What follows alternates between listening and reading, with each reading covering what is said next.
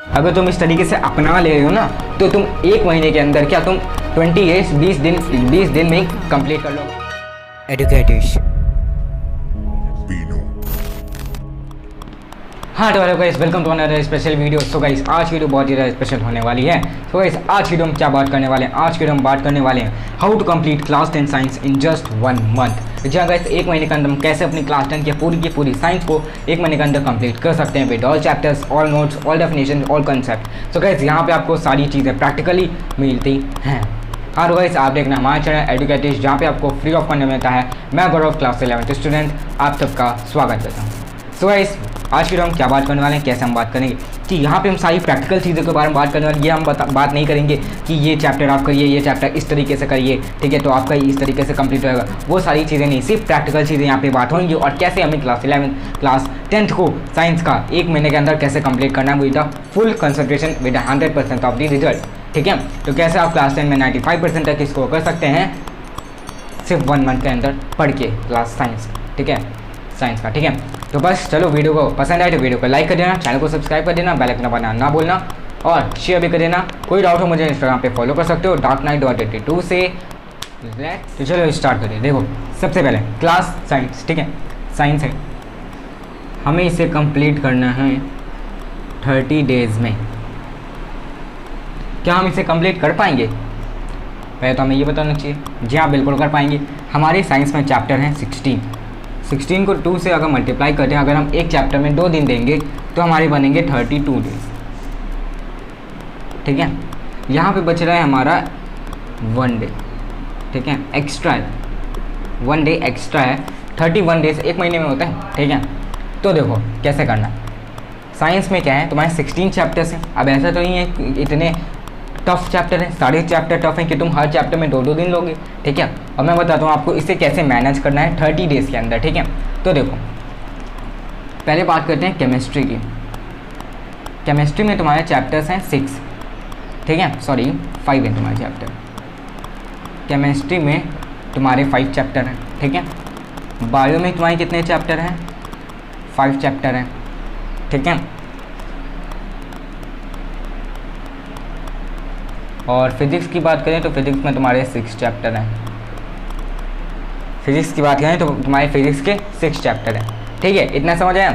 अब देखो अब कितना समय हमें देना है। पहले तो मार्क्स वेटेज जान लेते हैं इसकी, ठीक है, कि कौन से किस में कितना आता है। तो देखो केमिस्ट्री जो होता है उसमें तुम्हारे 5 चैप्टर में आके 25 मार्क्स का तुम्हारा केमिस्ट्री आता है, 25 मार्क्स का तुम्हारा केमिस्ट्री आता है। बायो की बात करें तो बायो तुम्हारा आता है 23 + 12, कितना हो गया 23 + 12 35 मार्क्स का।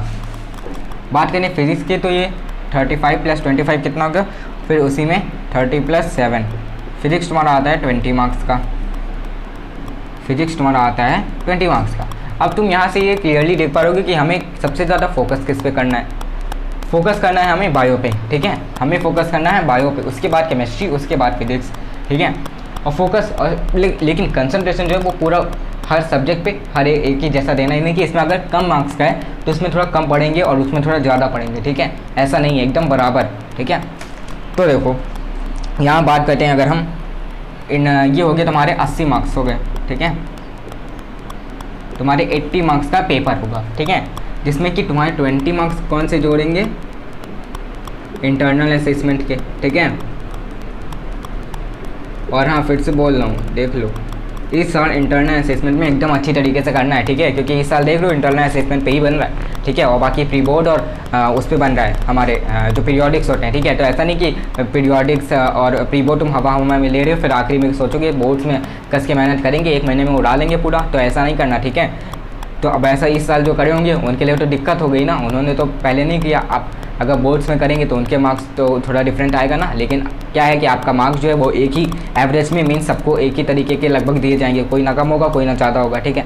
लेकिन हमें क्या करनी, कोशिश करनी कि हम सारे एग्जाम्स में अच्छी तरीके से स्कोर कर पाएँ, ठीक है, कि अगर इसी तरीके की सिचुएशन बाद में आती है ना आए, लेकिन अगर आ गई तो तुम लोग के मार्क्स भी ऐसे ही होंगे, इंटरनल असेसमेंट पे ही होंगे अगर तुम लोग का कैंसिल हुआ तो, ठीक है। इसलिए हमें सारे एग्जाम्स में अच्छी तरीके से करना है आपकी, ठीक है। कोई भी ऐसा नहीं लेना कि एक एग्ज़ाम धीरे कर रहे हैं, एक एग्ज़ाम में कर ही नहीं रहे, बाकी बोर्ड्स में छोड़ देंगे, बोर्ड्स में कस के कर लेंगे, ठीक है, ऐसा नहीं करना, ठीक है। तो देखो 20 मार्क्स इंटरनल के हो गए, 80 मार्क्स तुम्हारे किसके हो गए, एग्ज़ाम के, ठीक है। अब देखो तुम्हारा ऑब्जेक्टिव इसमें से कितने का होगा, तुम्हारा ऑब्जेक्टिव आएगा 20 मार्क्स का, ठीक है।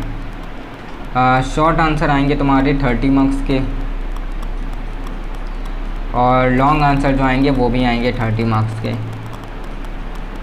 शॉर्ट आंसर होंगे 3 मार्क्स के जो कि 10 क्वेश्चन होंगे, ठीक है। और ऑब्जेक्टिव तो तुम्हारे 20 मार्क्स के 20 क्वेश्चन ही होंगे, ठीक है।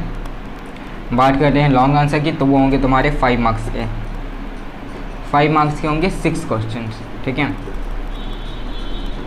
अब देखो तुम्हें किस पे कितना फोकस करना है, ये तो हमने बात कर ली, पूरा वेटेज जान लिया, मार्किंग स्कीम पूरी जान ली, ठीक है। अब हम बात करते हैं कि हमें किस सब्जेक्ट में क्या क्या किस पे ज़्यादा फोकस करना है। तो बात करते हैं अगर केमिस्ट्री की, तो केमिस्ट्री में तुम केमिकल रिएक्शन, केमिस्ट्री में केमिकल रिएक्शन और किस पे ध्यान देना है हमें, फॉर्मूला पे, chemical reaction formulas and numerical. और ये सब तुम्हें कहाँ से मिलेगा, ये सब तुम्हें एनसीईआरटी से मिलेगा, एनसीईआरटी मस्ट है, ठीक है। एनसीईआरटी अगर तुम कर ले तो तुम्हारे 80 to 85% मार्क्स ऐसे ही आ जाएंगे अगर तुमने एनसीईआरटी पूरी अच्छी तरीके से कवर अप कर रखी है, ठीक है। तो एनसीईआरटी तो हमें करनी है, बाकी अगर तुम करना चाहो रिविजन तो कर सकते हो, ठीक है, मैं मना नहीं कर रहा हूँ। फिर आती है बात बायो की। अब बायो में हमें क्या करना है, बायो में सबसे ज़्यादा हमें करना है क्वेश्चन आंसर्स एंड डायग्राम्स, ठीक है। देखो अब तो उतना नहीं आता कि तुम खुद से डायग्राम बनाओ, लेकिन डायग्राम की लेबलिंग आती है, ठीक है। और जब तक तुम्हें डायग्राम नहीं आएगा तब तक तुम्हें लेबलिंग भी नहीं आएगी, इसलिए डायग्राम पे सबसे ज़्यादा प्रैक्टिस कर लेना। और बाकी रहे तुम्हारे क्वेश्चन आंसर की, क्वेश्चन आंसर कौन से होंगे, तुम्हारे इन टेक्स्ट क्वेश्चन होंगे, इन टेक्स्ट क्वेश्चन होंगे, कौन से होंगे, इन टेक्स्ट, जो कि तुम्हें मिलेंगे एनसीईआरटी में, एनसीईआरटी में से सेम